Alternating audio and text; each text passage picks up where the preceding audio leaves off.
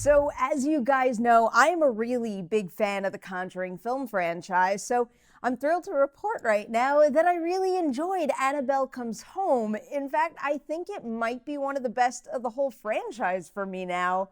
This movie does put the Warrens back in the spotlight, but rather than focus on Ed and Lorraine, it's largely about their daughter Judy, her babysitter Mary Ellen, and her best friend Daniela, who unknowingly unleash a whole lot of evil by going into the Warrens' artifact room and cracking open Annabelle's case. I got super pumped for this movie last year at Comic-Con when they first described it as The Conjuring meets Night at the Museum, and now I'm really thrilled to tell you that they made do on that descriptor, and in the end, it really did turn out to be a genius idea. For anyone with any interest in the Warrens' cases, getting the chance to explore the artifact room and also see a whole bunch of them in action is kind of a delight, especially in Gary Dauberman's hands. You might be familiar with that name because he worked on a whole bunch of scripts from Annabelle to It and then some, but Annabelle Comes Home marks his feature directorial debut, and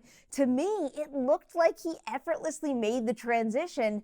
The Conjuring universe / New Line movies do have a house style, and Dauberman honors that, but not without putting his own spin on it. In fact, I think this might be one of the most successful Conjuring spin-offs in that respect. We've got the main Conjuring series, so why spin something off unless you're going to do something different with it story-wise and or stylistically? And here, Dauberman actually manages to do both. There's a real playfulness to Annabelle Comes Home that makes it a major crowd pleaser, a ton of fun, and a movie I highly recommend seeing in theaters with a packed house. At times, Dauberman does a great job taking his time and building suspense, but when things go crazy, they go crazy here, and he just packs the movie with a whole bunch of super creative scares. I don't want to spoil anything here, but two of my favorites are a specific shot with Judy spinning light in her room and also just the look of the ferryman. I also have to point out how well the geography of the house is established here, because Annabelle Comes Home is essentially a haunted house movie, so knowing where every hallway leads is key, and Dauberman sets that up so well, and then he uses it to his advantage, making it feel like the walls are almost closing in on you as things get more and more chaotic. As for the new main players here, admittedly for the first half of the film, I was a little bit worried about how they'd wind up landing for me. Ultimately, the script does justify most of their decisions, but at the very start, I was kind of worried that it would fall into that trap of unlikable leads making silly choices and then basically walking themselves into death traps. Thankfully, that winds up not being the case here, and there's actually one especially emotional beat near the end of the movie that was way more powerful than I ever expected it could be. Madison Iseman is solid as Mary Ellen, but it's Mckenna Grace and Katie Sarife who were the standouts for me here because I found their characters more interesting.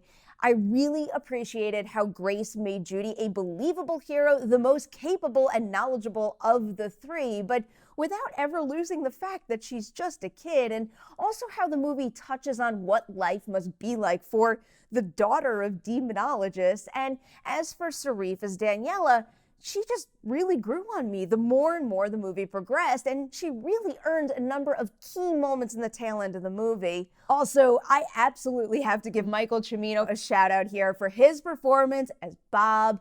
What an excellent addition of comedic relief to this movie. His sweetness will melt your heart, and then also Dauberman's cuts to him are just so perfectly timed.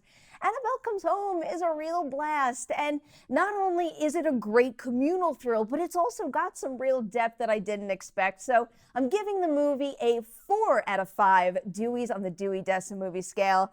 There is no doubt that I'm going to wind up rewatching this one a good deal. It's got a winning group of characters, it's got unique scares, and it's also a piece that really does add to the Conjuring universe in a way that could serve the franchise very well going forward. I walked away with new characters I want to see again, and Judy's experience here in this movie could add a very interesting wrinkle to Ed and Lorraine in movies that take place after the events of this one. So there you guys have it. Those are my thoughts on Annabelle Comes Home. But as always, I must leave it to you now. Hit the comment section below and share your thoughts on the movie when you see it. Also, don't forget to like and share this movie review, and I'll be back soon with more of them.